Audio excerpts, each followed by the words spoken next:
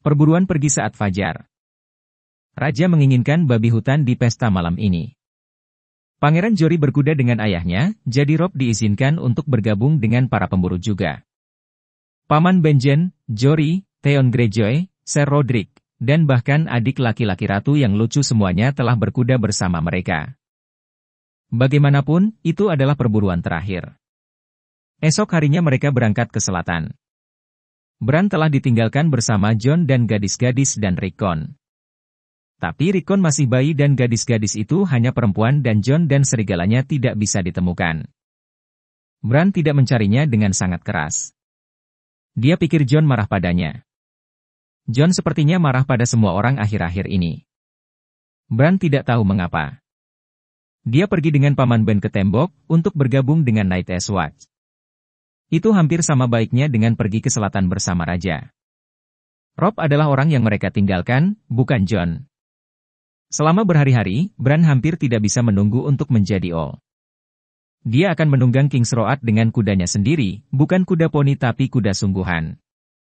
Ayahnya akan menjadi tangan raja, dan mereka akan tinggal di Kastil Merah di King's Landing, kastil yang dibangun Dragon Lords. Nantua berkata ada hantu di sana, dan ruang bawah tanah di mana hal-hal buruk telah dilakukan, dan kepala naga di dinding. Itu membuat Bran menggigil hanya untuk memikirkannya, tapi dia tidak takut. Bagaimana dia bisa takut? Ayahnya akan bersamanya, dan raja dengan semua ksatria dan pedang sumpahnya. Bran sendiri akan menjadi seorang ksatria suatu hari nanti, salah satu Kingsguard. Nantua berkata bahwa mereka adalah pedang sarang di seluruh dunia. Hanya ada 7 dari mereka, dan mereka mengenakan baju besi putih dan tidak memiliki istri atau anak, tetapi hidup hanya untuk melayani raja. Bran tahu semua ceritanya. Nama mereka seperti musik baginya. Serwyn dari Perisai Cermin. Ser Riam Redwi. Pangeran Aemon si Ksatria Naga. Si kembar Ser Eric dan Ser Arik, yang telah mati di pedang satu sama lain ratusan tahun yang lalu, ketika saudara laki-laki melawan saudara perempuan dalam perang penyanyi disebut Dance of the Dragons. Banteng Putih, Menara Tinggi Geralt. Ser Arthur Dayne, Pedang Pagi. Baristan yang Berani. 2 dari Kingsguard telah datang ke utara bersama Raja Robert. Bran telah memperhatikan mereka dengan terpesona, tidak pernah cukup berani untuk berbicara dengan mereka. Ser Boros adalah seorang pria botak dengan wajah riang, dan Ser Merin memiliki mata murung dan janggut warna karat. Ser Jaime Lannister lebih mirip ksatria dalam cerita, dan dia juga dari Kingsguard, tetapi Robb mengatakan dia telah membunuh Raja Gila Tua dan seharusnya tidak dihitung lagi. Ksatria terbesar yang masih hidup adalah Ser Barristan Selmy, Barristan the Bold, Lord Commander of the Kingsguard. Ayah telah berjanji bahwa mereka akan bertemu Ser Barristan ketika mereka mencapai King's Landing, dan Bran telah menandai hari-hari di temboknya, ingin pergi, untuk melihat dunia yang hanya dia impikan dan memulai kehidupan yang hampir tidak bisa dia bayangkan. Namun sekarang hari terakhir sudah dekat, tiba-tiba Bran merasa tersesat. Winterfell adalah satu-satunya rumah yang pernah dikenalnya. Ayahnya telah mengatakan kepadanya bahwa dia harus mengucapkan salam perpisahan hari ini, dan dia telah mencoba. Setelah perburuan selesai, dia berjalan melalui kastil dengan serigala di sisinya, berniat untuk mengunjungi orang-orang yang akan ditinggalkan, Nantua dan Gage si juru masak, Miken di bengkelnya, Hodor si stable boy yang tersenyum begitu banyak dan merawat kuda poninya dan tidak pernah mengatakan apa-apa selain, Hodor, pria di taman kaca yang memberinya Blackberry ketika dia datang berkunjung. Tapi itu tidak baik. Dia telah pergi ke kandang kuda, dan melihat kuda poninya ada di kandangnya, kecuali itu bukan kuda poninya lagi. Dia mendapatkan kuda sungguhan dan meninggalkan kuda poni itu, dan tiba-tiba Bran hanya ingin duduk dan menangis. Dia berbalik dan berlari sebelum Hodor dan stable boy lainnya bisa melihat air mata di matanya. Itu adalah akhir dari perpisahannya. Sebaliknya Bran menghabiskan pagi sendirian di hutan dewa, mencoba mengajari serigalanya untuk mengambil tongkat, dan gagal. Walling lebih pintar daripada anjing-anjing di kandang ayahnya dan Bran bersumpah dia mengerti setiap kata yang diucapkan kepadanya, tetapi dia menunjukkan sedikit minat untuk mengejar tongkat. Dia masih mencoba memutuskan nama. Robb memanggil Greywin-nya, karena dia berlari begitu cepat. Sansa telah menamainya Lady, dan Arya menamainya setelah beberapa ratu penyihir tua dalam lagu-lagu, dan Rickon kecil memanggil Shagdog-nya, yang menurut Bran adalah nama yang cukup bodoh untuk direwolf. Serigala Jon, yang putih, adalah Ghost. Bran berharap dia memikirkan RST itu, meskipun serigalanya tidak putih. Dia telah mencoba 100 nama dalam 2 minggu terakhir, tetapi tidak satupun dari mereka terdengar benar. Akhirnya dia bosan dengan permainan tongkat dan memutuskan untuk pergi mendaki. Dia tidak naik ke menara yang rusak selama berminggu-minggu dengan semua yang telah terjadi, dan ini mungkin kesempatan terakhirnya.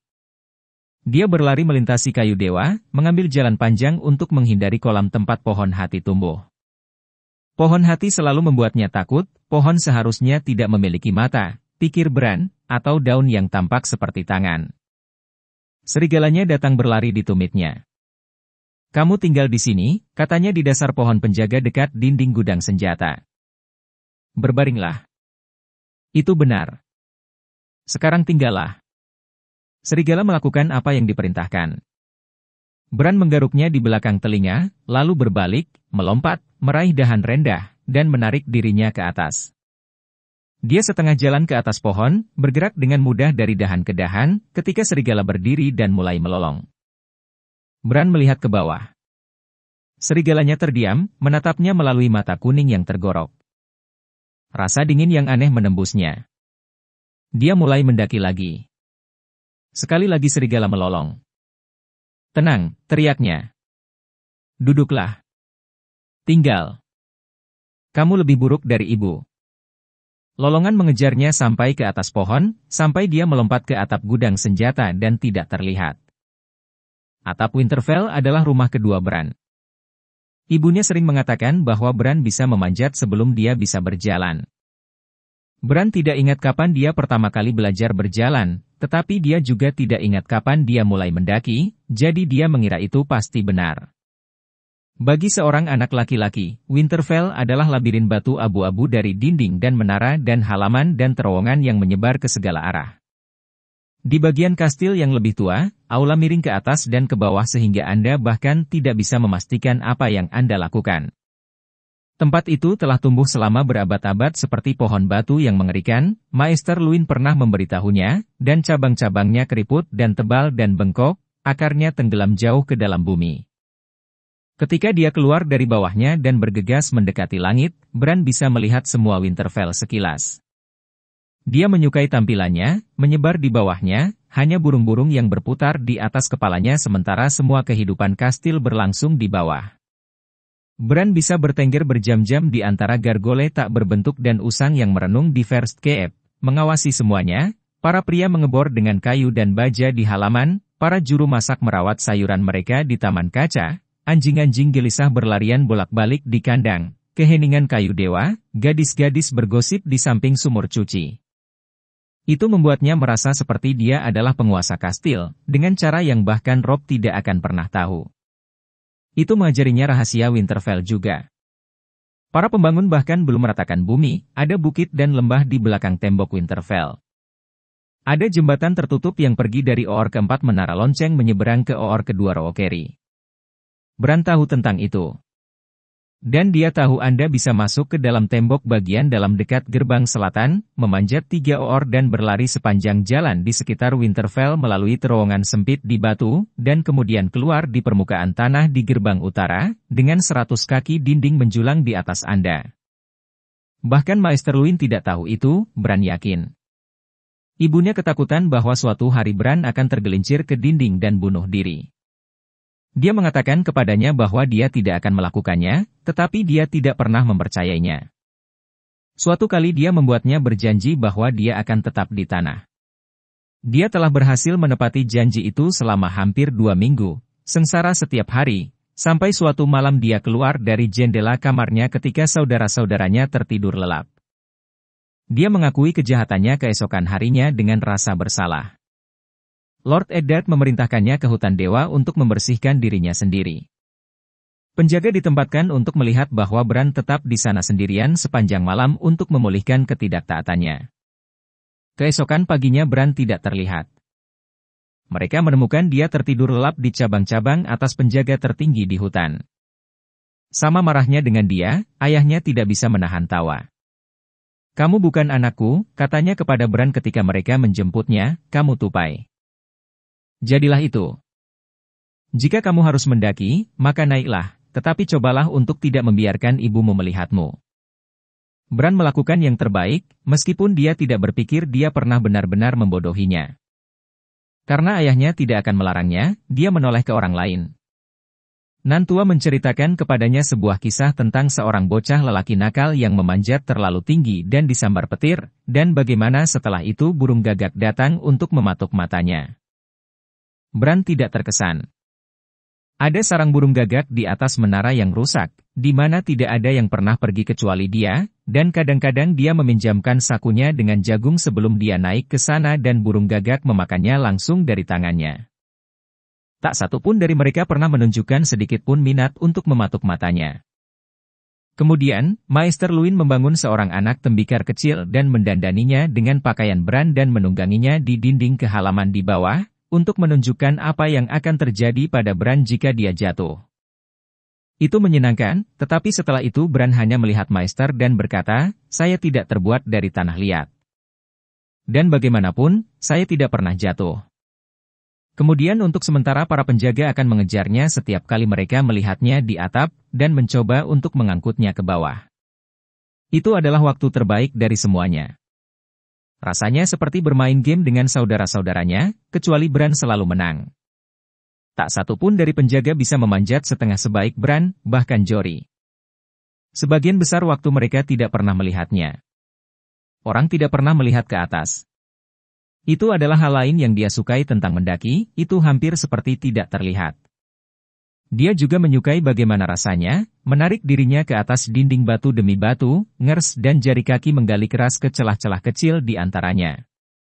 Dia selalu mengambil sepatu botnya dan bertelanjang kaki ketika dia memanjat, itu membuatnya merasa seolah-olah dia memiliki 4 tangan, bukan 2. Dia menyukai rasa sakit yang dalam dan manis yang tertinggal di otot sesudahnya. Dia menyukai cara udara terasa tinggi, manis dan dingin seperti buah persik musim dingin. Dia menyukai burung-burung, burung gagak di menara yang rusak, burung pipit kecil-kecil yang bersarang di celah-celah di antara batu-batu, burung hantu kuno yang tidur di loteng berdebu di atas gudang senjata tua. Bran mengenal mereka semua. Yang terpenting, dia suka pergi ke tempat-tempat yang tidak bisa dikunjungi orang lain, dan melihat hamparan abu-abu Interfell dengan cara yang tidak pernah dilihat orang lain. Itu membuat seluruh kastil menjadi tempat rahasia Bran. Tempat favoritnya adalah menara yang rusak. Dulunya adalah menara pengawas, yang tertinggi di Winterfell. Dahulu kala, 100 tahun bahkan sebelum ayahnya lahir, sambaran petir telah terjadi. Sepertiga bagian atas struktur telah runtuh ke dalam, dan menara tidak pernah dibangun kembali. Kadang-kadang ayahnya mengirim tikus ke dasar menara, untuk membersihkan sarang yang selalu mereka temukan di antara tumpukan batu yang jatuh dan balok hangus dan busuk. Tapi tidak ada yang pernah naik ke puncak bergerigi struktur sekarang kecuali Bran dan Gagak. Dia tahu 2 cara untuk sampai ke sana. Anda bisa memanjat lurus ke sisi menara itu sendiri, tetapi batu-batu itu longgar, mortir yang menahan mereka bersama-sama lama menjadi abu, dan Bran tidak pernah suka meletakkan beban penuhnya pada mereka. Cara terbaik adalah mulai dari Godwood, menggigil penjaga tinggi, dan menyeberang gudang senjata dan aula penjaga, melompat dari atap ke atap, bertelanjang kaki sehingga para penjaga tidak akan mendengar Anda di atas kepala. Itu membawa Anda ke sisi buta First Cape, bagian tertua dari kastil, benteng bundar jongkok yang lebih tinggi dari yang terlihat. Hanya tikus dan laba-laba yang tinggal di sana sekarang, tetapi batu-batu tua masih dibuat untuk pendakian yang baik. Anda bisa langsung naik ke tempat Gargole mencondongkan tubuh secara membabi buta ke ruang kosong, dan berayun dari Gargole ke Gargole, menyerahkan tangan ke sisi utara. Dari sana, jika Anda benar-benar meregang, Anda bisa menjangkau dan menarik diri ke menara yang rusak di mana ia bersandar dekat. Bagian terakhir adalah berebut batu-batu yang menghitam ke Erie, tidak lebih dari 10 kaki, dan kemudian burung gagak akan datang untuk melihat apakah Anda membawa jagung. Bran bergerak dari Gargole ke Gargole dengan kemudahan latihan panjang ketika dia mendengar suara-suara itu. Dia sangat terkejut sehingga dia hampir kehilangan cengkeramannya. Verstappen telah kosong sepanjang hidupnya. Saya tidak menyukainya, kata seorang wanita. Ada deretan jendela di bawahnya, dan suara itu melayang keluar dari jendela terakhir di sisi ini. Kamu harus menjadi tangan. Tuhan melarang, suara seorang pria menjawab dengan malas. Ini bukan kehormatan yang saya inginkan. Ada terlalu banyak pekerjaan yang terlibat. Bran menggantung, mendengarkan, tiba-tiba takut untuk melanjutkan. Mereka mungkin melihat sekilas kakinya jika dia mencoba berayun. Apakah kamu tidak melihat bahaya yang menempatkan kita ini? Kata wanita itu. Robert mencintai pria itu seperti saudara. Robert hampir tidak bisa perut saudara-saudaranya. Bukan berarti saya menyalahkannya. Stannis akan cukup untuk memberi siapapun gangguan pencernaan. Jangan main-main bodoh. Stannis dan Renly adalah satu hal, dan Eddard Stark adalah hal lain. Robert akan mendengarkan Stark. Sialan mereka berdua. Seharusnya aku bersikeras agar dia menyebutmu, tapi aku yakin Stark akan menolaknya. Kita harus menganggap diri kita beruntung, kata pria itu. Raja mungkin dengan mudah menamai salah satu saudaranya, atau bahkan Littlenger, dewa membantu kita. Beri aku musuh yang terhormat daripada yang ambisius, dan aku akan tidur lebih mudah di malam hari. Mereka berbicara tentang ayah, Bran menyadari. Dia ingin mendengar lebih banyak. Beberapa kaki lagi. Tetapi mereka akan melihatnya jika dia berayun di depan jendela. Kita harus mengawasinya dengan hati-hati, kata wanita itu. Aku akan lebih cepat melihatmu, kata pria itu. Dia terdengar bosan. Kembali ke sini. Lord Eddard tidak pernah tertarik pada apapun yang terjadi di selatan leher, kata wanita itu. Tidak pernah. Saya katakan, dia bermaksud bergerak melawan kita. Kenapa lagi dia meninggalkan kursi kekuasaannya? 100 alasan. Tugas. Hormat. Dia rindu untuk menulis namanya besar di seluruh buku sejarah, untuk menjauh dari istrinya, atau keduanya. Mungkin dia hanya ingin menjadi hangat sekali dalam hidupnya. Istrinya adalah saudara perempuan Lady Arryn. Sungguh mengherankan Lisa tidak ada di sini untuk menyambut kami dengan tuduhannya. Bran menunduk. Ada langkan sempit di bawah jendela, lebarnya hanya beberapa inci. Dia mencoba menurunkan dirinya ke arah itu. Terlalu jauh. Dia tidak akan pernah mencapai. Kamu terlalu khawatir. Lisa Arryn adalah sapi yang ketakutan. Sapi yang ketakutan itu berbagi tempat tidur Jon Arryn. Jika dia tahu sesuatu, dia akan pergi ke Robert sebelum dia menjadi King's Landing. Kapan dia sudah setuju untuk mengasuh putranya yang lemah itu di Casterly Rock? Saya rasa tidak. Dia tahu kehidupan anak laki-laki itu akan menjadi sandera bagi kesunyiannya. Dia mungkin menjadi lebih berani sekarang karena dia aman di atas Arya. Ibu. Pria itu membuat kata itu terdengar seperti kutukan. Saya pikir melahirkan melakukan sesuatu dalam pikiran Anda. Kalian semua gila. Dia tertawa. Itu adalah suara yang pahit. Biarkan Lady Arryn tumbuh seberani yang dia suka. Apapun yang dia tahu, apapun yang dia pikir dia tahu, dia tidak punya bukti. Dia berhenti sejenak. Atau apakah dia? Apakah menurutmu Raja akan membutuhkan bukti? Kata wanita itu. Sudah kubilang, dia tidak mencintaiku. Dan salah siapa itu, saudari manis? Bran mempelajari langkan. Dia bisa jatuh. Itu terlalu sempit untuk mendarat, tetapi jika dia bisa menangkap saat dia jatuh, tarik dirinya ke atas. Kecuali itu mungkin membuat suara, tarik mereka ke jendela. Dia tidak yakin apa yang dia dengar, tetapi dia tahu itu tidak dimaksudkan untuk telinganya. Kau buta seperti Robert, kata wanita itu. Jika maksud Anda saya melihat hal yang sama, ya, kata pria itu. Aku melihat seorang pria yang lebih cepat mati daripada mengkhianati rajanya. Dia sudah mengkhianati satu, atau apakah kamu lupa? Kata wanita itu. Oh, saya tidak menyangkal dia setia kepada Robert, itu jelas. Apa yang terjadi ketika Robert meninggal dan Jon naik tahta? Dan semakin cepat itu terjadi, semakin aman kita semua. Suami saya tumbuh lebih gelisah setiap hari. Memiliki Stark di sampingnya hanya akan membuatnya lebih buruk. Dia masih mencintai saudara perempuannya, anak kecil yang hambar berusia 16 tahun. Berapa lama sampai dia memutuskan untuk menyisihkanku untuk beberapa liana baru? Bran tiba-tiba sangat ketakutan. Dia tidak menginginkan apapun selain kembali ke jalan yang telah dia datangi, untuk menemukan saudara-saudaranya. Hanya apa yang akan dia katakan kepada mereka? Dia harus lebih dekat, Bran menyadari. Dia harus melihat siapa yang berbicara. Pria itu menghela nafas.